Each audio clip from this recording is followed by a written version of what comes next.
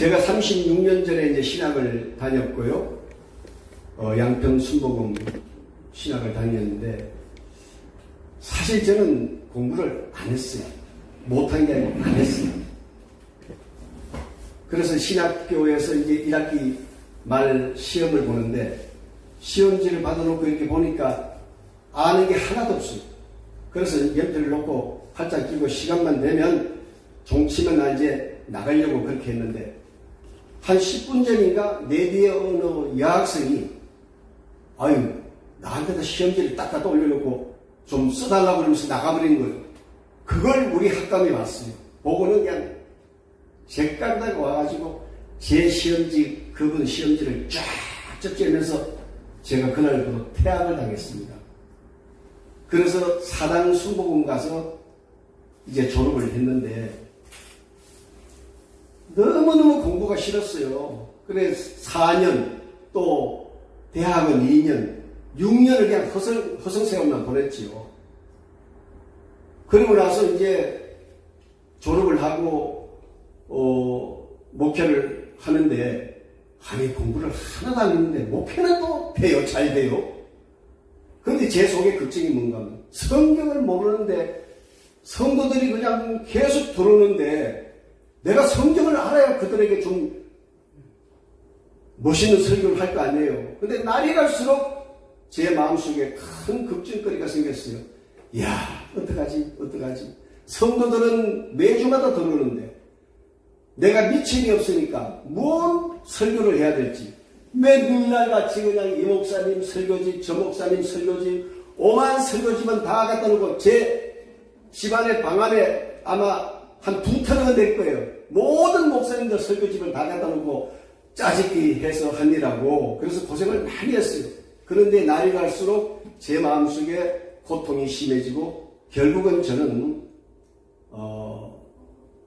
목회 정년도 되기 전에 제가 사임을 하고 목회를 그만뒀어요. 그리고 이제 우리 딸아이가 저 양평 산골짜기 속에다가 집을 아담하게 하나 지어줘가지고 거기서 이제 다 이제 세상 잊어버리고 살려고 그렇게 들어갔는데, 내 마음속에 매일같이 죄책감이 오는 겁니다. 그래서 견딜 수가 없어요. 그러던 중에 어느 목사님이 제게 연락이 와서, 유 목사 좋은 스승이 있으니까 공부 한번 해보지 않겠어? 그래서 처음에 거절했어요. 한 10번 제게 연락이 왔어요. 그래서 그 목사님의 승리가 너무 미안해서, 그래요, 다음 주에 한번 나가겠습니다. 그래서 나갔는데 세상에 그렇게 훌륭한 목사님을 만났어요. 그래서 그때부터 나이 69세부터 공부를 시작해가지고 지금 5년째 지금 하고 있는데, 너무너무 공부가 재미있고, 그 훌륭한 목사님의 그 가르침이 너무너무 저한테 큰 충격이었어요. 그래서 제가 지금 5년째 공부를 하고 있는데, 제가 완전히 뒤집어진 거예요. 그 5년, 4년이 넘도록 신구약 성경을 22번을 읽고, 그 목사님 강의를 나가서 강의를 들은 것을 전부 다 또 영상에 담아가지고 와서 집에서 또 반복하고, 이렇게 해가지고 이제 뒤늦은 나이에 제가 공부를 해서 이렇게 지금 전국에 다니면서 복음을 전하고 있습니다. 김미경 목사님이 뭐 저렇게 방방 뛰지만은 제 젊었을 때는 제 절반밖에 못 뛰어. 제가 정말 방방 뛰었어요. 젊었을 때. 그래서 은혜로 목회는 한계가 있더라. 나이가 들고 은혜가 떨어지면 미천이 없으면 완전히 그냥 그때부터는 마음이 고통이에요.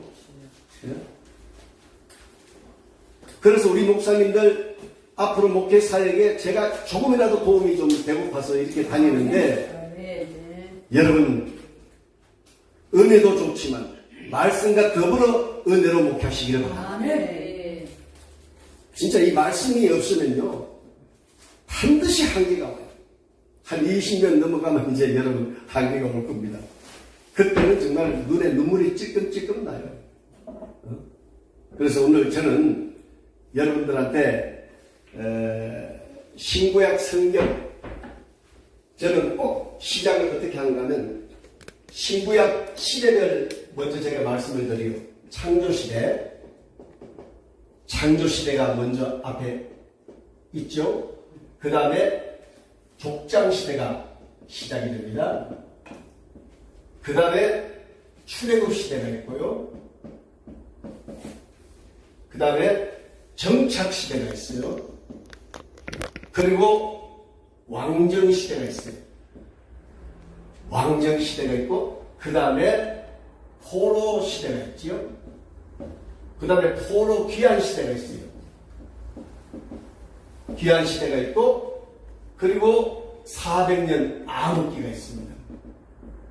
암흑기가 있습니다. 이게 이제 구약의 시대별 내용이에요. 창조시대, 족장시대, 출애굽시대, 정착시대, 왕정시대, 포로시대, 포로기한시대, 암흑시대로 이제 구약이 끝이 나는데 우리가 이 중요한 시대별 이 내용만 우리가 마음속에 담아놔도 성경이 구약 전체가 다 도로되어 있습니다. 그러면 이제 창조시대는 어떤 사건들, 족장시대는 어떤 사건들, 출애굽시대는 어떤 사건들, 정착시대, 왕정시대, 포로시대, 포로기한 이것을 한 번만 더 들어가서 들여다보면 구약을 그냥 쫙 열리게 되어 있습니다. 아멘. 물론 여러분들 신학교 다닐 때 이런 교육 하셨죠? 교회 신학, 그 다음에 주경 신학, 그 다음에 실천 신학, 그 다음에 역사 신학. 이게 아마 우리 신학생들 주 내용의 교육을 받았을 거예요. 교회 신학은 변정학, 논변학을 배우고, 주경 신학은 하나님의 말씀을 풀이하고 해석하는 공부를 했을 것이고, 실천 신학은 설교학, 목회학, 교회 행정학, 선교학 이걸 공부했을 것이고, 역사 신학은 말 그대로 역사적 사실을 우리가 공부를 했을 거예요. 그런데 이렇게 우리가 지난날에 학교에서 공부를 했는데 이거 아마 기억에 남는 분들 하나도 없을 거예요. 왜 그러냐? 이게 전부 조각조각 우리가 공부를 했기 때문에 성경을 펼쳐보면 하나도 몰라. 성경은 우리 목회자들이 가장 중요시해야 될 것은 통일성을 찾아야 돼요. 통일성을 알아야 돼요. 아멘. 통일성을 놓쳐버리면 끊임없이 짜집기 설교할 수밖에 없어. 네? 오늘은 신약 갔다가 내일은 구약 갔다가 또 다음 주에는 또 계시록 갔다가 그 다음 주는 창세기 갔다가 그러면 전하는 자도 성경 모르고 듣는 자는 더 몰라. 은혜는 받아. 은혜는 받지요. 그러나 은혜는 꽃의 향기 같아가지고 설교를 들을 때는 은혜를 듬뿍 받아. 근데 교회 문 밖에 나가면 그 꽃의 향기 같은 은혜는 다 사라집니다. 그러니까 남는 게 없어.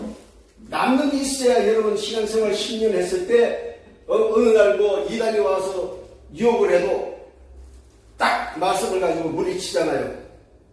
말씀이 없으니까 보세요. 이번에 보니까 대한민국의 개신교회 성도들이 30만 명 이상이 누굽니까? 신천지한테 다 넘어갔어. 거기에는요, 제가 아는 장로, 권사, 목사, 전도사, 강도사, 평신도 할 것 없이 30만 명 이상이 신천지로 갔어요. 이분들이 왜 갔겠어요? 목말라서 간 거예요. 거기 가서 들어보니까 기가 기똥차거든. 기똥차입니다. 여러분, 신천지 가서 한번 말씀 들어보세요. 공부제 1방, 공부제 2방, 공부제 3방에 딱 거쳐가면 여러분들은 다 그냥 옥걸어지는 거예요. 다 거시시지만은 얼마나 그들이 철두철미하게 계획하고 유혹을 하면서 학생들 성도들을 가르치는지 저는 그거 다 들어봤거든요. 정말로 안 갈 수가 없어. 그래서 어떤 장로교회는 목사님과 성도들이 그냥 통째로 다 들어갔어. 교회가 통째로 넘어가기만 해도 엄청나게 많습니다. 덥다. 그리고 우리가 죽도록 여러분들 목회하면서 성도들 키워가지고 그렇게 다 보낼 거예요? 아니잖아요. 그래서 저는 성경을 통으로 볼 줄 아는 그런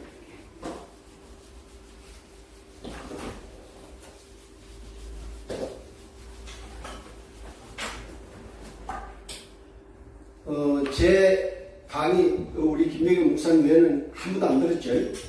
예. 그래서 오늘은 제가 성경 개관을 설명을 할게요. 첫째로 계시의 주제. 계시의 주제는 누구냐? 하나님은 여호와다. 믿으십니까? 아멘.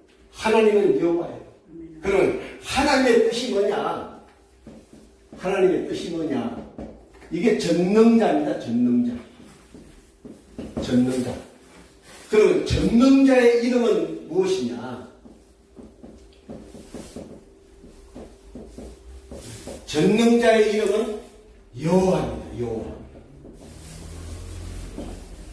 이 하나님께서 우리가 창세기부터 성경 말씀을 읽어보면 하나님 당신이 전능자이고 전능자이신 당신이 그 이름이 여호와라는 것을 끊임없이 우리에게 지금 말씀하고 있습니다.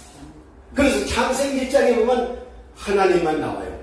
단수 하나님 1장은 무조건 다 하나님이에요. 2장 딱 넘어가면 여호와 하나님 이제 자기 이름을 밝히는 거예요. 그래서 이 전능자 하나님이 천지를 창조하는 거예요. 천지 창조하잖아요. 창조할 때 보면 세 분 삼위의 하나님이 연합해서 창조하셔요. 창세기 1장과 2장 3절에 보면 창세기 1장 1절로 2절로 3절에 보면 성부 성자 성령 하나님이 천지 창조를 하는데 연합해서 해요. 그래서 태초에 하나님이 천지와 만물을 창조하십니다. 이게 성부께서 하신 말씀이거든요. 그러면 성부 하나님이 천지 만물을 계획하신 거예요. 계획했다는 것은 설계하셨다는 거죠. 그 설계도를 우리 예수님한테 딱 넘겨주면 예수님이 설계도를 쫙 펴놓고 선포를 하셔요. 빛이 있으라. 읽어보셨죠? 네. 빛이 있으라. 예수님이 선포를 해요. 그러면 성령 하나님이 운행하시더라. 일을 하셨다 이 말이에요. 그러니까 성부와 성자와 성령이 이미 창세기 1장 1절로 3절 안에 천지 만물을 창조하시는데 세 분이 다 연합해서 하셔요. 놀라운 비밀이죠. 이게 놀라운 비밀이에요. 그러면 우리 예수님이 과연 이 땅에 오셨을 때 정말 그렇게 하셨을까? 그렇게 하셨어요. 당신이 이 땅에 왔을 때 나는 만왕의 왕이요 만주의 주라고 선포하셨잖아요. 근데 오신 예수님을 보니까 남루하고 뭐 거지 같아. 모습은 누가 봐도 왕이 아니야. 그런데 예수님의 그 사역 속에 우리가 자세히 살펴보면 정말 왕이었어. 파도야 천자가 선포하시잖아요. 더러운 귀신아 그 몸에서 나오라 선포하시잖아요. 그러니까 그분의 입술에서 나오는 말씀이 창조 때 하신 그 선포야. 그러니까 예수님이 죽은 나사로를 향해서 나사로야 나오라 그냥 나왔잖아요. 이게 바로 예수님의 그 놀라운 사역의 권세, 그걸 우리가 볼 수가 있습니다. 그래서 천지 창조를 하시는데 이 성경 속에 우리가 보면 전 우주가 다 들어있어요. 우주가 다 들어있어요. 그리고 세상 나라도 다 들어있습니다. 우주와 세상 나라 그리고 모든 자연계가 다 들어있습니다. 이 성경 속에 다 들어있습니다. 하나도 빠짐없이 다 들어있습니다. 그래서 이 세상 나라 어디서부터 시작되는가 하면 노아의 세 아들을 통해서부터 이제 세상 나라가 나가기 시작해요. 야벳은 7 아들을 놓잖아요. 고멜과 마구, 마대, 야완, 두발, 메섹, 비라스. 그래서 이들이 7 족속으로 나가요. 키메리안족, 서구대한족, 메데족, 헬라족, 러시아족, 펠라스키아족, 스페인족. 그래서 지중해에서 이스라엘 지중해에서 바닷가를 쫙 올라가면서 에게해에서 또 한 족속이, 또 카스피에서 한 족속이, 흑해에서 한 족속이, 이렇게 해서 북유럽, 동유럽을 다니면서 7족속이 다 흩어져서 이 야벳 족속이 전 유럽 국가를 만들어내잖아요. 셈은 지금의 이 동남아시아, 아시아를 만들어냅니다. 그리고 함은 지금의 아프리카 민족을 만들어냅니다. 이 세상 나라가 성경에 다 들어있어요. 그러면 지금의 중동은, 그리고 저 뉴질랜드, 호주, 미국은 어떻게 된 거예요? 여러분, 지금의 중동은 아브라함 때 이삭과 이스마엘을 낳잖아요. 근데 이스마엘이 그 후예들이 오늘날 중동 민족이 됩니다. 네. 그리고 이삭의 후예들이 오늘날 유대 민족이에요. 그래서 이 성경 안에는 우주 만물이 다 있고 세상 나라가 다 있고 모든 자연계가 다 있어요. 그래서 성경에 보면 마태복음 10장 29절에 참새 2마리가 한 아사리온에 팔리지 않느냐. 그러나 하나님의 허락 없이는 한 마리도 떨어지지 않는다. 마태복음 6장 26절에 공중의 새를 보라. 심지 않고 거두지 않고 모아 창고에 모아 들이지도 않는다. 하나님께서 다 기르시나니 하물며 너희가 보냐. 또 28절에 보면은 들의 백합화를 보라. 수고도 아니하고 길쌈도 아니해도 다 하나님께서 먹이시나니. 자연계가 다 들어있어요. 그 중심에 뭐가 있어요? 유대 민족이 있어요. 이스라엘 민족을 하나님께서 다 혈통을 통해서 성경에 바로 이 중심이 유대 민족이 지금 혈통이 흘러가고 있잖아요. 아담이 가인과 아벨을 낳는데 형이 동생을 죽이고 세상을 나갔어요. 하나님도 버리고 아버지도 버리고. 그래서 가인의 후손들이 창세기 6장에 와가지고 완전히 불신자 세계로 살았잖아요. 그런데 하나님이 아담에게 130세에 셋이라는 아들을 줘가지고 그 셋의 후예를 통해서 아담의 혈통이 흘러가는 거예요. 네. 그래서 셋은 에노스를 낳고, 에노스는 게난을 낳고, 게난은 마할라를 낳고, 마할라는 야렛을 낳고, 야렛은 에녹을 낳고, 에녹은 무드셀라를 낳고, 무드셀라는 라멕을 낳고, 라멕은 노아를 낳고. 이렇게 해서 혈통이, 아담의 혈통이 성경 중심을 쫙 흘러갑니다. 우리가 성경을 볼 때 항상 잊지 말아야 될 것은 하나님이 아담에게 언약한 그 언약이 혈통이 흘러갔는데 거기에 가인의 후손들이 창세기 6장에 와서 이들을 혈통을 끊으려고 거기서 혼합을 하잖아요. 그래서 하나님의 심판을 받지. 그런 가인은 누구예요? 아담의 아들이지만 그는 사단에게 붙잡혀가지고 아담의 정통 혈통을 끊으려고 6장에서 시도를 했어요. 그래서 하나님이 못 끊게 했죠. 노아의 가족만 딱 살려서 세상에 내놓죠. 이 사단과 하나님의 자녀들과의 끊임없는 그 전쟁이 성경 전체에 지금 흐르고 있습니다. 사단은 혈통을 끊으려고 하고 그 혈통을 이어가는 그 후예들은 절대로 안 끊기려고 하고 이게 선과 악의 싸움이 바로 성경 전체의 핵심이에요. 네. 근데 하나님은 언제나 아담의 혈통편에 서 있기 때문에 위기가 올 때마다 건져주시고 위기가 올 때마다 건져주시는 그 하나님을 우리가 볼 수가 있습니다. 그래서 계시의 주제는 하나님은 여호와. 성경을 우리가 보면 하나님이 당신의 이름을 이 세상 우리들에게 알게 하시려고 끊임없이 당신의 이름을 여호와라고 우리가 창세기부터 구약 어딜 펼쳐도 하나님은 여호와는 하나님 나오시죠. 네. 그 다음에 두 번째 계시의 방법. 방법. 이게 감추어진 비밀이에요. 감추어진 비밀. 이게 창세기 1장 28절입니다. 이게 비밀입니다. 창세기 1장 28절. 목사님, 아담에게 하나님이 복을 주셨더라 28절에 말씀했죠? 그러면 우리가 지금까지 이건 아담에게 하나님이 복을 주셨다, 그렇게 우리가 알고 있죠? 그 이상도 그 이하도 없죠? 다 우리가 그렇게 알고 있어요. 그런데 저 1장 28절에 엄청난 비밀이 있어요. 그걸 오늘날 우리가 모르고 있었던 거예요. 하나님이 딱 눈을 가려놔버렸어요. 비밀에 딱 넣어놔버렸어요. 그런데 결국은 그 비밀을 하나님이 덜쳐내셔야 돼요. 그게 대한민국에다 덜쳐내 주신 거예요. 놀라운 사건이에요. 놀라운 축복이에요, 여러분.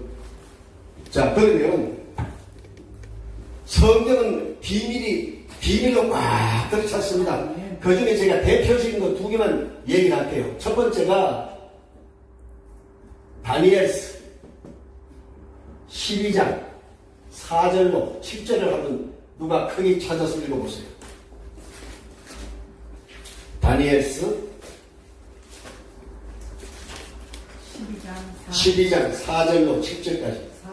다니엘아, 마지막 때에 이 말을 간수하고 이 글을 봉함하라. 많은 사람이 빨리 왕래하며 지식이 더하리라. 나 다니엘이 본즉 다른 2사람이 있어 하나는 강 이쪽 언덕에 섰고 하나는 강 저쪽의 언덕에 섰더니 그 중에 하나가 세마포 옷을 입은 자 곧 강물 위쪽에 있는 자에게 이르되 이 놀라운 일의 끝이 어느 때까지 하더냐. 7절 다 같이 시작. 내가 들은즉 그 세마포 옷을 입고 강물 위쪽에 있는 자가 자기의 좌우 손을 들어 하늘을 향하여 영원히 살아계시는 이를 가르치되 반드시 한때 두때 반때를 지나서 성도의 권세가 다 깨지기까지 그렇게 되면 이 모든 일이 다 끝나리라. 아멘. 4절에 보니까 뭐라고 말씀하셨어요? 마지막 봉함하라.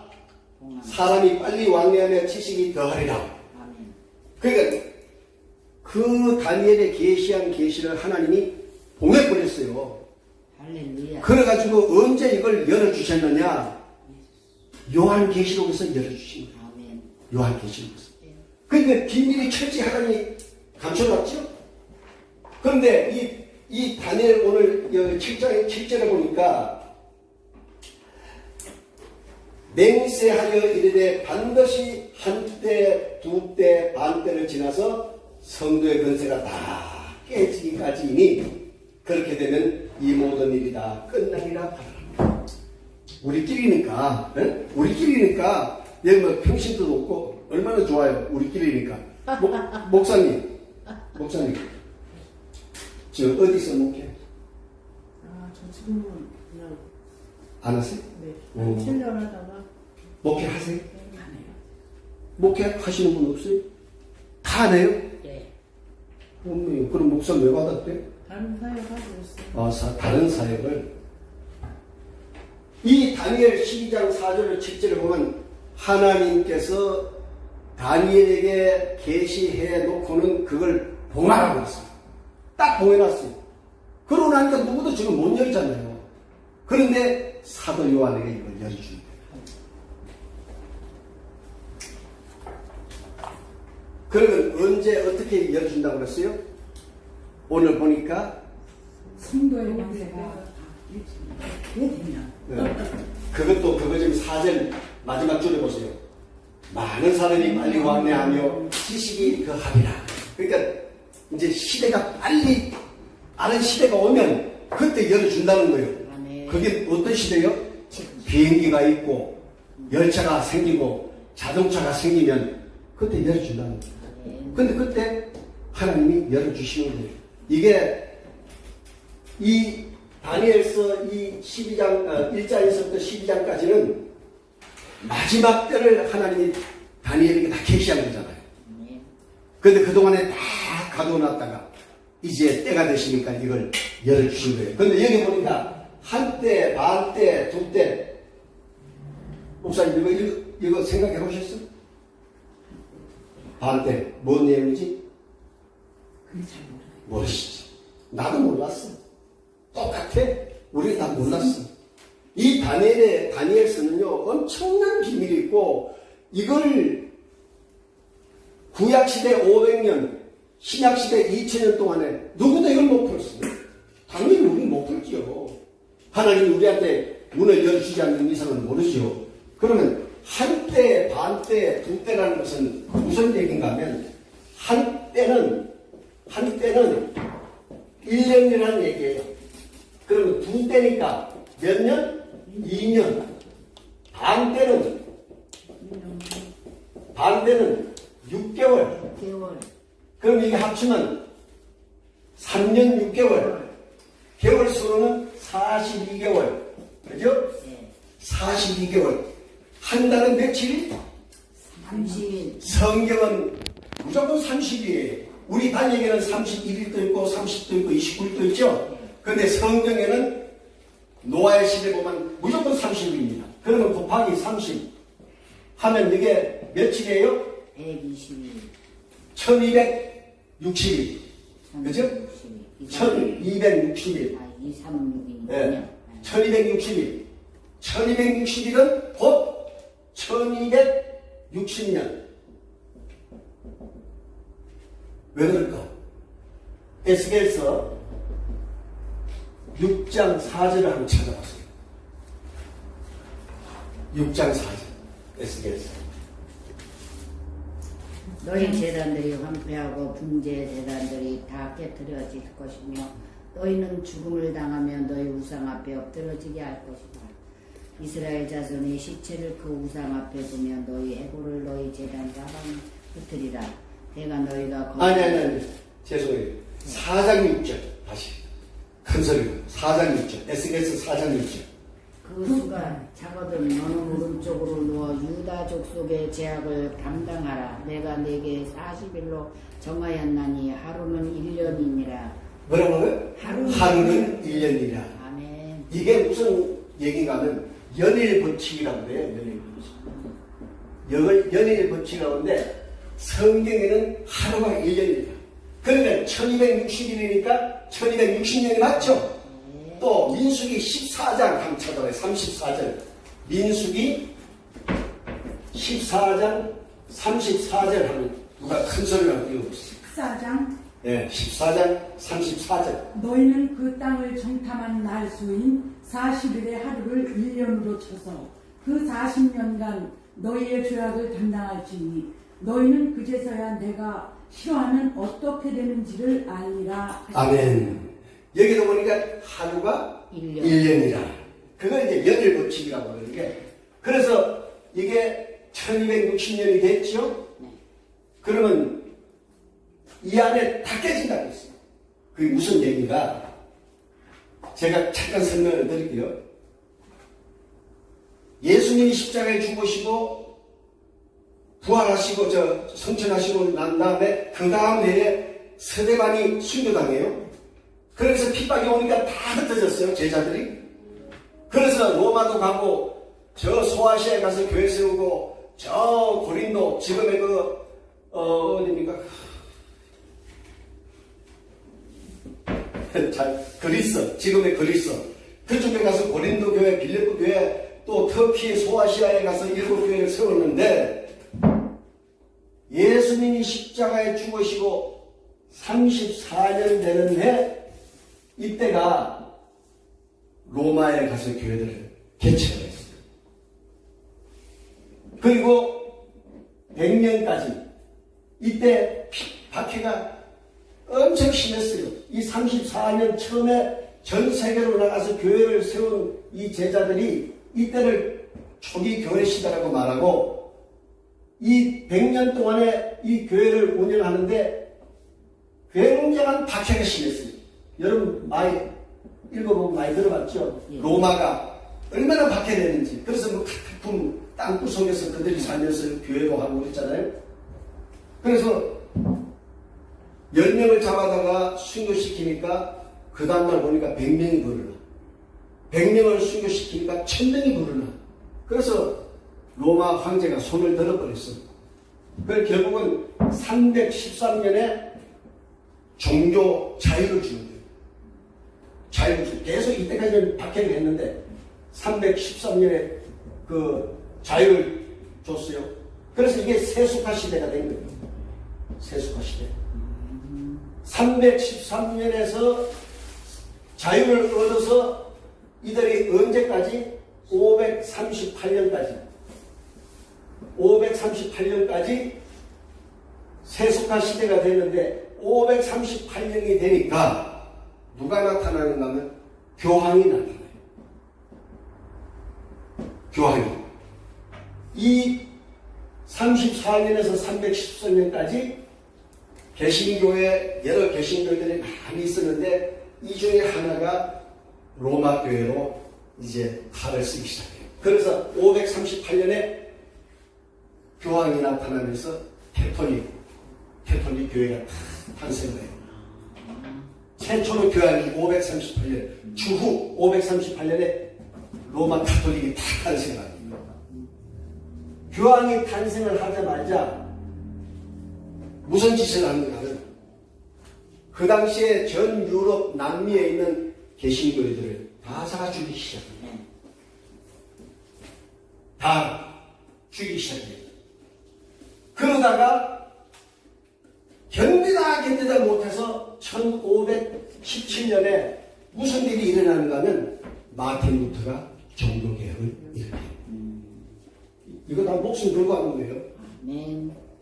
근데 이 교황인 마틴 루터를 잡으려고 그렇게 군대를 풀고 해도 못 잡았어요. 왜? 하나님이 감춰놓으니까. 마틴 루터. 그리고 1798년에 무슨 일이 벌어지는가 하면 여러분 프랑스 혁명이 일어나요. 프랑스 혁명. 거기서부터는 세계사가 일어나요. 자, 이 교황이 전 유럽을 그냥 자기 발밑에 넣고 다 밟았어. 개신교회들은 잡으면 껍데기 벗겨 죽이고, 목 잘라 죽이고, 화형시켜 죽이고, 생매장 묻어서 죽이고, 어마어마한 일을 제가 그 중세 그 역사를 다 봤거든요. 얼마나 죽인지 아세요? 개신교인들 1억 명을 죽었어요. 개신교인들이 1억 명이 죽었어요. 중세 1260년 동안에 538년부터 1798년까지 1260년을 다니엘에서 말한 것이 바로 이걸 말씀하시는 거예요. 어마어마하게 죽었어요. 그 책을 보면서 그 중세 그 책을 보면서 정말 제가 놀라 까무러치게 했어요. 근데 오늘날 교황 얘기하면 존경스러운 분, 평화를 들고 세계 평화를 외치는 분 다 우리가 그랬잖아요. 아니요.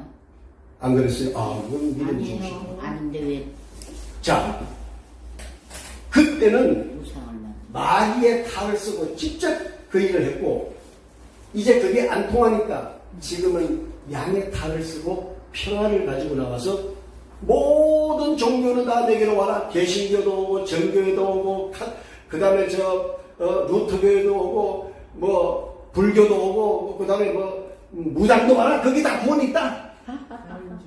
다 끌어모으잖아요. 다 끌어모으면 그 다음에 무슨 짓을 하는가는 칼을 싹 벗어요.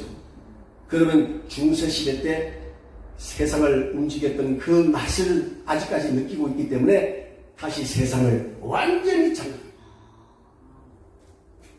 지금 교황의 몸속에는 사단이 들어가서 하나님을 철저하게 대적합니다. 그게 마지막 첫 그리스도가 교황이에요. 다니엘서 보면 4개 동물이 나오지요. 그 마지막 동물이 10뿔이 나오지요. 그 10뿔 속에 작은 뿔이 하나 나왔지요.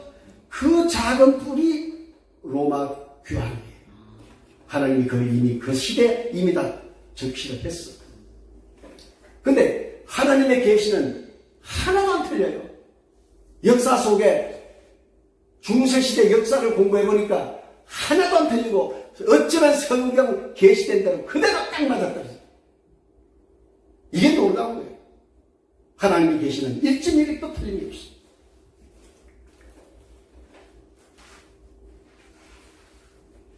이 프랑스 혁명이 일어나가지고 여기에 누가 혁명을 일으켜요?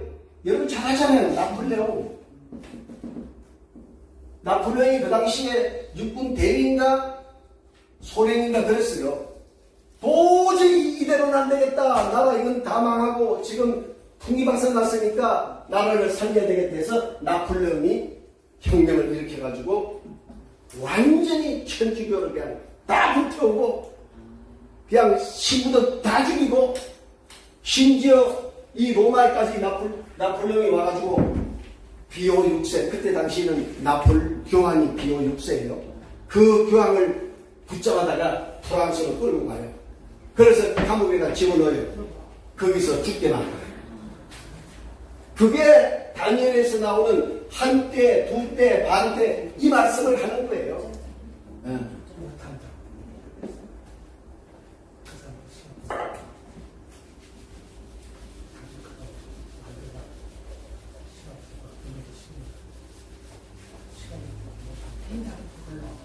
이 중세, 우리 목사님들 중세 공부를 해보면, 이야, 정말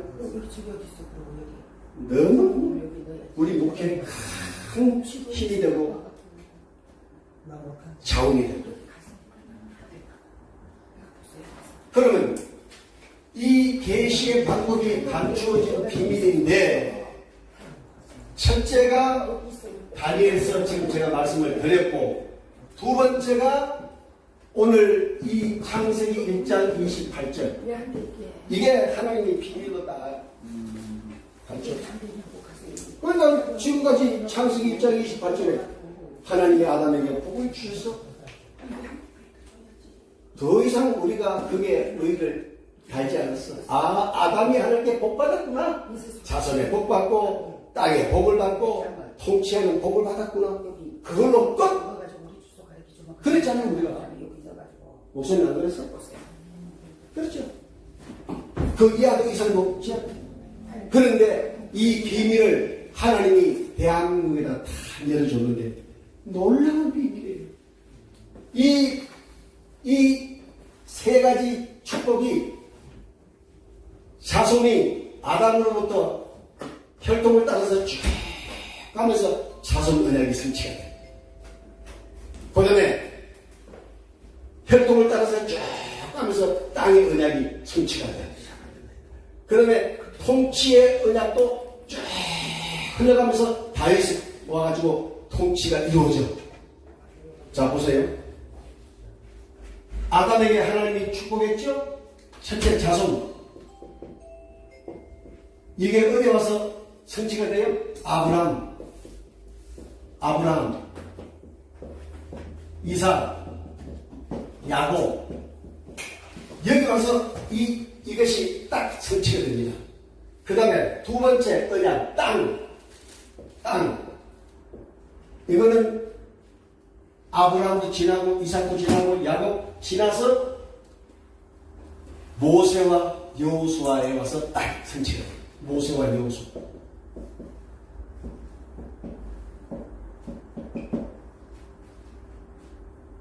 그 다음에 통치. 이 1장 28절에 보면 다스리라. 그런데 이게 통치예요. 통치는 모세와 여호수아를 지나서 다윗에게 와서 성취가 돼요. 이게 성경이에요. 이게 중심이에요. 더도 덜도 없어요. 성경의 가장 중심에 이 아담에게 언약한 언약이 흘러서 혈통을 따라서 흘러서 자손이 이루어지고 땅이 이루어지고 통치가 이루어져서 드디어 이스라엘 민족이 탄생합니다. 보세요. 이게 이루어졌다는 것은 국민이 만들어진 거죠? 땅이 이루어졌다는 건 국토가 이루어졌다는 거죠? 예. 통치자가 나왔다는 것은 국권이 생긴 거죠? 이걸 합치면 국가가 됩니다. 이런 비밀이 성경에 1장 28절에 드립니다. 그걸 우리는 지금까지 몰랐어요. 그러니까 우리가 신학교에서 이 가르치는 교수들이 모르니까 그냥 조각 이렇게 하는 거예요. 지금 우리 목회하면서 그거 하나도 못 써먹잖아요. 쓸 게 하나도 없잖아. 뭐 알아야 써먹지. 명장을 하지. 나도 그리고 여러분도 그랬잖아요. 성경은 통일성을 찾아내야 돼. 통일성이 없으면 성경 모르게 돼 있어요. 이건 몰라요. 네. 성경은 아담으로부터 계시록까지 완전 미결하게 통일성이 한 번도 끊어지지 아니하고 다 연결되어 있습니다. 이게 놀라운 비밀이에요. 이래서 이스라엘이 이렇게 민족이 탄생한 겁니다. 이렇게 해서 탄생을 했고요. 이 비밀을 하나님이 대한민국에다가 열어주셨다는 것은 우리는 너무 큰 은혜의 축복이 아닐 수가 없죠. 네. 세 번째, 계시의 내용. 그럼 하나님 계시의 내용이 뭘까? 자, 계시의 주제는 하나님은 여호와, 하나님의 뜻은 전능자, 전능자의 이름은 여호와. 그러면 과연 이게 맞는가? 아까 빼버리는 거. 이거 하면 출애굽기 6장 2절로 3절 하면 누가 찾아서 읽어보세요. 아까 내가 말씀을 출애굽기 6장 6장 2절로 3절 큰 소리로. 하나님이 모세에게 말씀하여 이르시되 나는 여호와니라. 내가 아브라함과 이삭과 야곱에게 전능의 하나님으로 나타났으니 나의 이름을 여호와로는 그들에게 알리지 아니하였고. 아멘. 예? 답을 주셨죠? 내가 아브라함과 이삭과 야곱에게는 전능한 하나님으로는 나타났으나 내가 그들에게까지 아직 여호와라는 것을 알리지 않았다. 딱 답을 제가 설명하는 답이 나왔죠? 그러니까 나는 뭐 이상한 거 가르친다고 저 유목사 2단 3단 그러지 마세요. 나는 이 성경 말씀을 가르칠 때 내 거 하나도 안 넣고 오라지 저는 성경만 가지고 얘기하니까. 네. 하도 요즘은 그만 어쩌면 2단 소리 하니까 나 2단 만들지 마세요. 성경만 말씀하는 거예요. 자, 그래서 두 번째 계시의 방법은 감추어진 비밀. 우리가 설명드렸죠? 세 번째는 그러면 계시의 내용이 뭔가? 계시의 내용. 계시의 내용을 바로 이거는 하나님 나라입니다. 하나님 나라. 하나님 나라를 우리한테 계시하신 거예요. 성경에 그게 그렇게 계시가 되어 있는 거예요. 하나님 나라를 계시를 했는데 제가 두 가지로만 말씀을 드릴게요. 첫째, 구약은 모형으로 하나님의 나라를 보여주신다. 구약은 모형으로 하나님의 나라를 보여주셨다. 또 두 번째, 신약은 실체로 보여주셨다. 실체로. 그럼 이건 무슨 뜻이에요? 예수 그리스도를 직접 보내가지고 우리에게 보여주셨다. 그 말이에요. 자, 그러면 구약은 모형으로 하나님의 나라를 보여줬는데 목사님들 어떤 모형이었을까? 어떤 모형이었을까? 구약에는 예수 그리스도의 모형이 무지하게 많아요. 구약은 전부 사건들이 다 예수를 모형으로 보여준 거예요. 첫 번째, 노아의 방주. 거기 들어가면 구원받았잖아요. 아멘. 이거 예수를 얘기하는 거예요. 또 창세기 14장에 보면 샬렘 왕 나오죠? 아브라함에게 축복하고 아브라함이 11조를 드렸고 예수를 보여준 거예요. 그 다음에 6월절 예수를 보여준 거예요. 홍해 갈라진 거 최대 모형 중의 모형은 승막입니다. 최대 인간적인 모형을 보여준 것이 살레만입니다. 녹뱀도 보여줬고 반석도 보여줬고 만나도 보여줬고 이 구약의 사건들은 다 예수를 장차 오실 예수를 모형으로 보여줘서 그들이 은혜 속에 멀리 장차 오실 예수 그리스도를 그 모형을 통해서 구원을 받았답니다. 네. 그러니까 얼마나 하나님이 세밀하세요. 얼마나 하나님이 놀라우세요. 여러분, 하나님은 우리 생각까지도 다 알고 계신다는 거 잊지 말아야 돼요. 저는 이걸 모르고 목회하다가 터지게 얻어 터지고 나이 이제 69세 그때부터 공부를 하기 시작해서 이제 5년째 이제 저는 새롭게 공부하는 사람이 됐어요. 그래서 뭐 공부 이렇게 해보니까 너무 좋은 거예요. 아멘, 아멘. 너무너무 신나는 거예요. 아멘. 저는 지금도 공부를 계속 하고 있거든요. 그래서 이것을 우리 목사님들과 공유하고 싶어서 내가 김미경 목사님 보고 그랬어요. 나는 칠판만 보면 나 환장하는 사람이에요. 왜? 저기다 막 쓰고 싶어가지고. 네. 이렇게 사람이 변화될 수 있을까요? 내 능력으로 됩니까? 내 친구나 부모나 아내나 누구 힘으로 되겠어요? 안 됩니다. 하나님이 강권적으로 저를 새롭게 일으켜가지고 너는 늙음하게 일을 좀 해라 하고 하나님이 딱 끄집어낸 거예요. 할렐루야. 이거 놀라운 거잖아요. 그러니까 지금 공부 못한다고 해서 안 한다고 해서 걱정하지 마세요. 때가 되면 하나님이 볼을 딱 끼워가지고 가실 거니까. 네? 사실 제가 옛날에는 신방 오러 가면 겁이 들었나.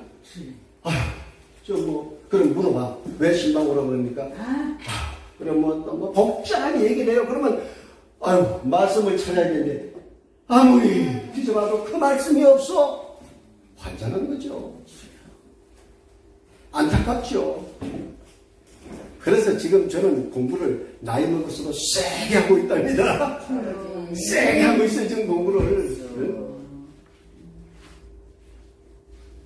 자, 구약은 모형으로 하나님 나라를 우리에게 보여줬고요. 그 중에서 두 가지를 얘기하라고 그러면 성막입니다, 성막. 성막이 예수 그리스도의 가장 가까운 모형이에요. 그러면 성막이 뭐가 그렇게 모형이 가까워? 여러분, 성막은 딱 들어가면 번제단이 있죠? 그 옆에 가면 양 잡는 처소가 있어요. 그 다음에 들어가면 물두멍이 있어요. 성소에 들어가면 떡상이 있고 촛대가 있고 향단이 있죠. 이게 다 정말 기가 막힌 하나님의 계획이 그 들어 있습니다. 떡상은 말씀이에요. 향단은 기도예요. 촛대는 성령이에요. 그리고 나서 지성소로 들어가려고 하니까 휘장이 딱 가로막고 있죠? 왜 휘장이 가로막았을까? 그 안에가 뭐예요? 지성소인데 벗기가 있죠? 우리는 못 들어가. 들어가면 죽어. 그 막고 있는 휘장이 바로 예수 그리스도의 모형인 것입니다. 그래서 예수님이 십자가에 죽을 때 내가 다 이루었다 선포하시니까 휘장이 쫙 깔려지고 그때부터 지성소에 누구나 다 들어갈 수가 있는 거 아니에요? 성막이 최고의 예수 그리스도의 모형입니다. 두 번째는 구약에 보면 많은 인물들이 나오죠. 그 인물들 중에 가장 예수를 모형으로 가까이 보여주신 것이 창세기 14장에 있는 살렘마. 이름이 뭐라고요? 멜기세덱. 영원한 대제사장이라고 하나님이 선포를 하셨어요. 그리고 그를 딱 감춰버려요. 그런데 또 살렘왕 가지고 또 이단들이 많이 나와요. 살렘왕, 내가 살렘왕이다. 그리고 이단들이 지금 저 동천들이 많이 있습니다. 자기가 살렘왕이래. 네? 사실은 살렘왕은요 실제 인물입니다. 그 시대에 제가 꼭 잠깐 말씀드릴게요. 예루살렘, 지금의 이스라엘 나라의 예루살렘을 아브라함의 때는 그걸 모리아산이라 그렇게 불렀어요. 이삭 바쳤죠? 부엘세바에서 모리아산까지가 사흘 밤낮으로 걸어가서 모리아산에서 제단을 만들어 이삭을 바쳤다고 그랬죠? 그 당시는 거기를 모리아산으로 불렀어요. 그 다음에 가나안 땅에 일곱 족속이 살 때는 거기를 그 사람들이 여부스라 그렇게 불렀어요. 근데 창세기 14장에 보니까 살렘이라고 또 불렀어요. 그 지역을. 그러니까 시대별로 이름이 바뀌었던 거예요. 그럼 오늘날은 자, 살렘 왕이라고 불렀죠? 여기다가 뭘 붙였어요? 예루살렘. 아멘. 이제는 여기는 영원한 예루살렘입니다.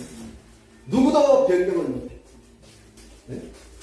그래서 오늘날 예루살렘이 된 것입니다.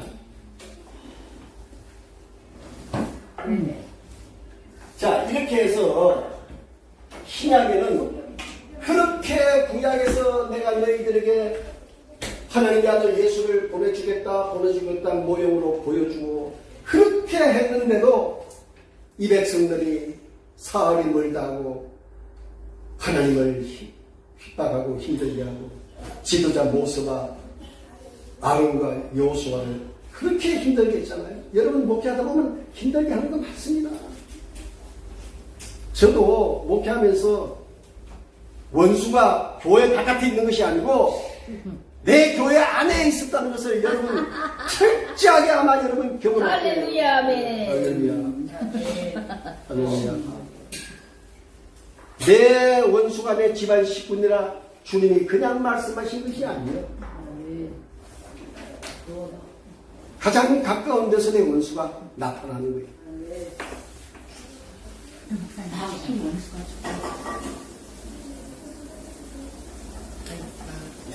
제가요 목회하면서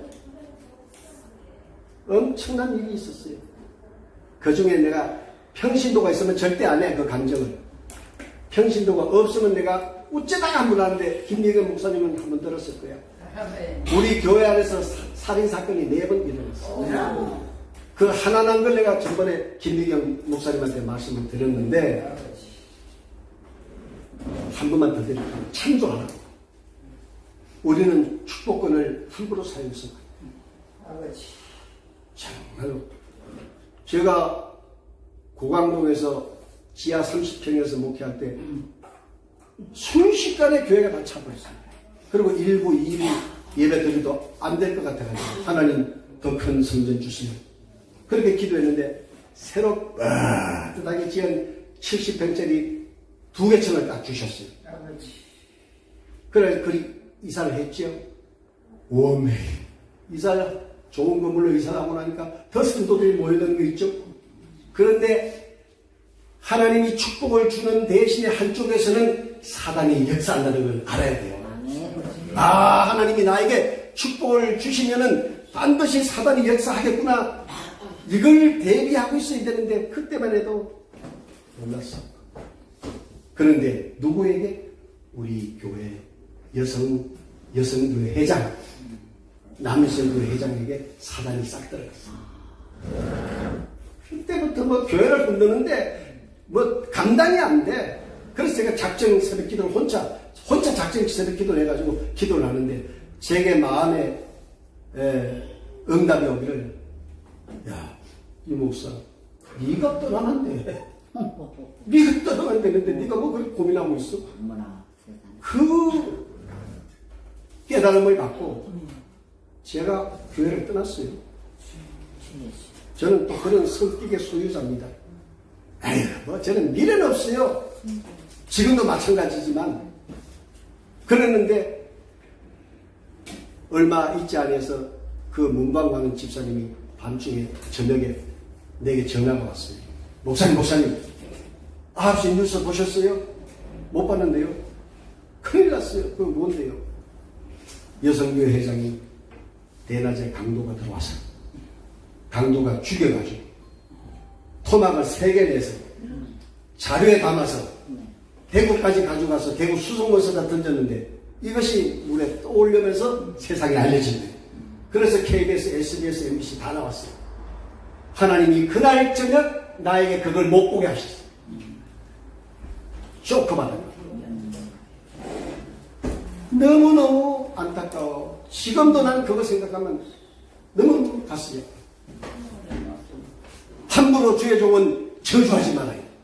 축복권을 함부로 쓰면 안 돼. 그 뒤로부터 제가 목회하는 동안에 이러한 유사한 사건들, 살인사건이 4번이나 일어났어요. 그 속에서는 나는 하나님이 나를 버렸다. 하나님이 나와 함께하지 않는구나. 이렇게 생각을 하고 저는 조기 은퇴를 했습니다. 그러니까 목사님들은 그 축복권이요, 그냥 우연히 그냥 어부지리로 주어진 게 아닙니다. 여러분들 축복권은 정말로 성경대로 사용하셔야 돼요. 할렐루야. 예, 그렇게 하셔야 돼요. 그래서 신약은 하나님의 나라가 실체로 왔다. 예수가 왔잖아요. 아멘. 구약은 모형으로 하나님 나라가 왔습니다. 자, 네 번째, 계시의 주체. 처음에 1번은 주제지요. 네 번째는 주체. 이 주체는 뭔가 하면 보혜사 성령입니다.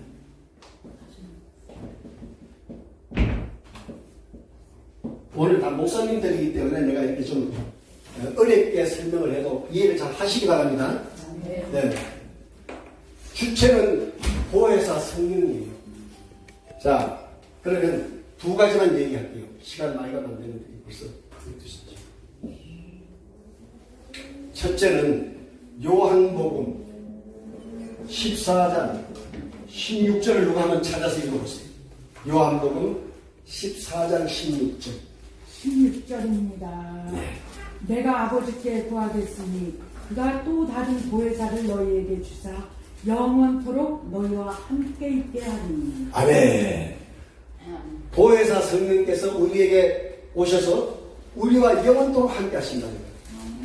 할렐루야. 아멘. 그러면 어떻게 함께 할 것인가? 분명히 성경은 요한복음 14장 6절에 보혜사를 보내서 너희와 함께 영원토록 함께 하겠다고 했는데, 그러면 어떤 방식으로 함께 하실까? 첫째, 위로자로 함께 하십니다. 위로자로. 둘째, 돕는 자로 함께 하십니다. 자, 이 두 가지만 얘기할게요. 보혜사 성령이 우리에게 오셔가지고 그때부터 우리를 돕는 자, 보혜사 성령께서 위로자로, 돕는 자로. 여러분 그거 늘 입술로 고백하잖아요. 아멘. 얼마나 우리 인생들이 성령께로부터 위로받을 일이 많습니까? 수상님. 시시때때로 우리가 위로를 받아야 되잖아요. 그걸 누가 인간에게 찾아가서 위로받겠습니까? 오히려 상처받아요. 여러분 엎드려서 기도하세요. 그러면 성령께서 여러분들 찾아오셔서 여러분들을 넉넉하게 위로하실 것입니다. 내 사랑하는 종아. 하면서 위로하십니다. 언제나 여러분 위로가 필요하시면 그분께 엎드려 기도하시면 보혜사 성령이 내게 오셔서 나를 한없이 위로하십니다. 뭐 저보다 많이 느꼈을 거예요. 자, 두 번째로 돕는 자로 보혜사 성령이 우리에게 오셨어요. 자, 전도를 나갔는데 갑자기 이상한 놈을 만나가지고 그냥 마음도 꽉 막히고 어쩔 줄을 모르고 막 당황할 때, 그때 성령이 내게 말씀하셔요. 담대함을 주세요. 어? 제가 간증 하나 할게요.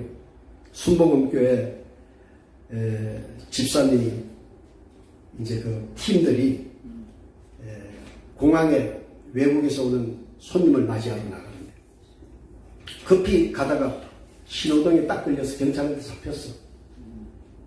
그러면 이건 뭐 세워놓고 조사 다 하고 뭐 끊어야 되고 이러면 지금 그 손님이 나와서 못 찾잖아요. 그러니까 창문을 쭉 열고 교통에 와가지고 면허증 주십시오. 그 순간에 이 집사님 입에서 그냥 방언이 터져버린 거야. 와다다다다 하고 방언이 터지니까 경찰이 놀라가지고 자기 친구를 불러서 야 이거 생긴 건 한국 사람인데 야 지금 외국말 하는데 이건 너 아니 그러니까 나도 몰라. 아 이거 통과 이런 일이 실제로 있어요. 하나님이 우리를 도와주십니다. 아멘. 성령님이 지금도 우리 가운데 오셔서 우리를 도와주십니다. 아멘. 걱정하지 마세요. 아멘. 그래서 이 보혜사 성령은 지금 우리에게 오셔서 우리 교회와 함께 하시고 아멘. 우리의 발걸음을 함께 하시고 아멘. 우리의 생각 속에 함께 하시고 아멘. 우리의 입술에도 보혜사 성령께서 함께 하십니다. 아멘. 네. 그래서 이 요한복음 14장 16절에는 함께 성령님 우리와 함께 그 다음 두 번째로 요한복음 16장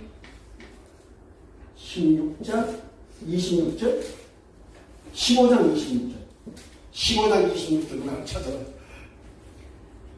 내가 아버지께로부터 너희에게 보낼 보혜사 곧 아버지께로부터 나오시는 진리의 성령이 오실 때 그가 나를 증언하실 것이요. 아멘. 아멘. 자, 우리의 증인이 되어주시는 것입니다. 아멘. 그러면 그냥 아무것도 안 했는데 증인 되어주실까요? 우리는 지금 이 땅에서 목회하는 동안에 그분을 위해서 우리가 증언자로 많이 일을 하잖아요. 그죠? 얼마나 많이 일을 해요. 목사님들은 예수를 믿으시오 그러면 구원을 받습니다. 예수를 믿으시오 그러면 영생을 얻습니다. 오늘날 교회에 찾아오는 많은 성도들에게 이 복음을 외치는 저와 여러분 아니겠어요? 그렇게 예수를 위해서 우리가 증거했는데 우리가 예수님 앞에 설 때 예수님께서 저와 여러분을 정 안 해주겠냐고요. 네? 해주잖아요. 당연히. 네? 우리가 법정의 사건을 보면요. 참 그런 사건이 비일비재해요. 어떤 사람이 죄를 안 지었는데 억울하게 지금 재판을 받고 있어. 근데 그 뒤에서 멀찍이 누구 하나 그 사건을 봤단 말이에요. 저 사람이 죄 안 지었는데 왜 저러지?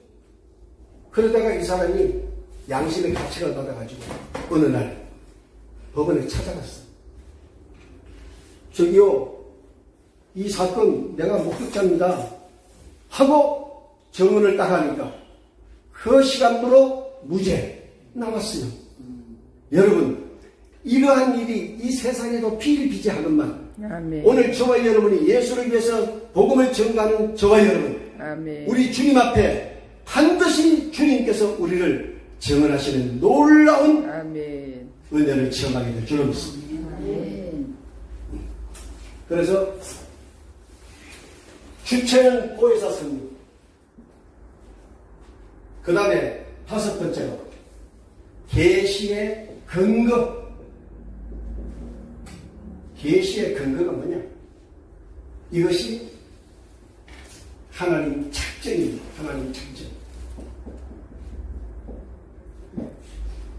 욥기서 23장 14절로 가보겠습니다. 욥기서 23장 14절 큰 소리로 좀 읽어보세요.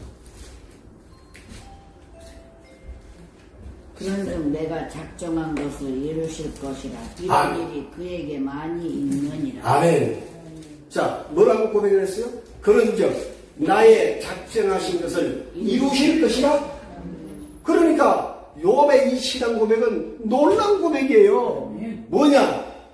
욥이 지금 하나님 앞에 고백하기를 나의 인생의 모든 세월은, 자기의 인생은 하나님의 작정 속에 있다. 그 말이죠. 할렐루야. 아멘. 욥이 이렇게 참 놀라운 고백을 하고 살아가고 있습니다. 참, 정말.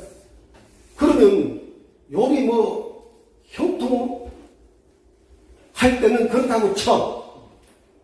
욥이 지금 다 망하고 불행할 때, 네, 고난 중에. 고난 중에 있을 때, 여러분 욥이 고난 중에 있을 때 이 고백을 했잖아요. 형통을 받아서 12아들의 많은 재물과 많은 종들과 모든 사람들이 부러워할 때 이 고백을 했다고 그러면 타당성이 있죠.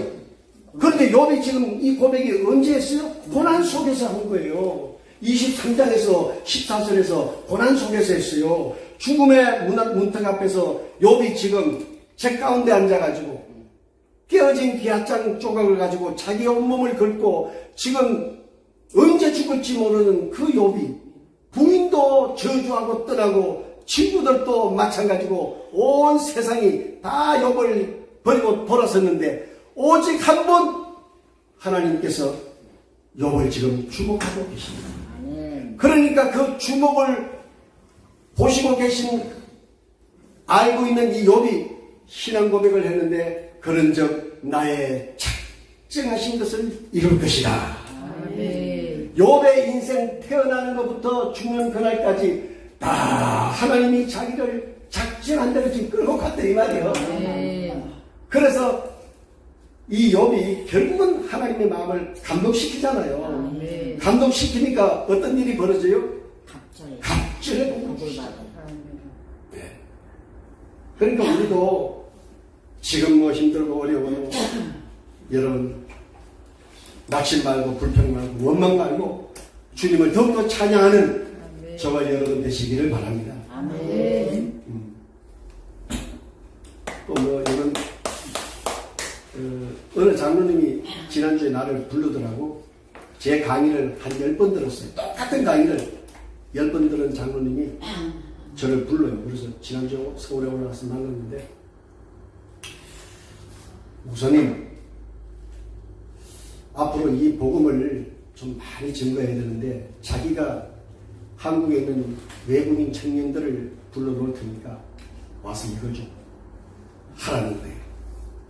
그러면서 안산에 있는 자기 근무를 이 핸드폰으로 보여주는데 연건평 2,500평이야. 사업을 하다 다 접었어. 현대자동차 부품 생산하는 공장인데 다 접었고 나이가 80년. 목사님 이제 내가 남은 인생에 주를 위해서 좀 더 선교하다가 가겠습니다. 목사님 그 강의 이 외국인 청년들한테 좀 해주십사. 그래. 아니 저는 뭐 불러만 주면 난 감사하지요. 하겠습니다.